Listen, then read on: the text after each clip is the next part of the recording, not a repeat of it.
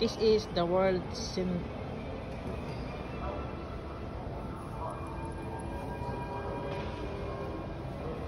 yung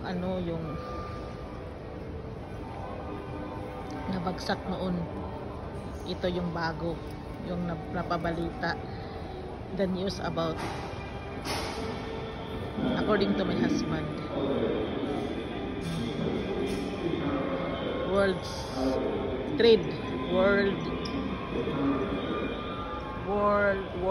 Trade Center yung napabalita na nag-collapse because of the terrorist.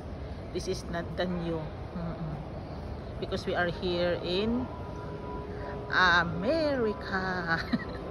We have adventures here, lots of walks. Pinauna ko na si Mister. Ang laki kasi niya it's big. Look at that.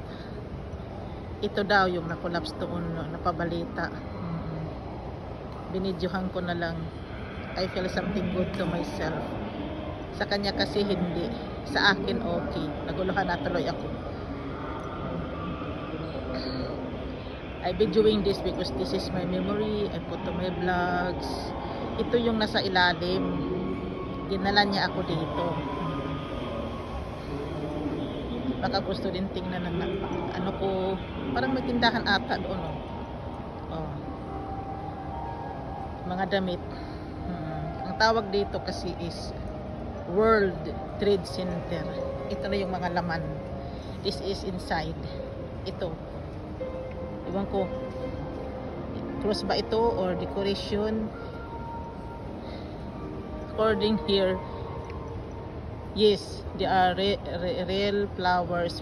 Please don't touch. Parang hindi naman, parang plastic lang naman. Real daw. Oh, yun ang asawa ko ha. Siya yung tourist guide. I talk to myself that this is the World Center that collapsed before with terrorists. Baka na-intriga na rin sila, Jen. Tiwas ako sa mga guards. Nasindak punta diring dapita. Oh, the flag. Oh. Because of America. Babu! Bye!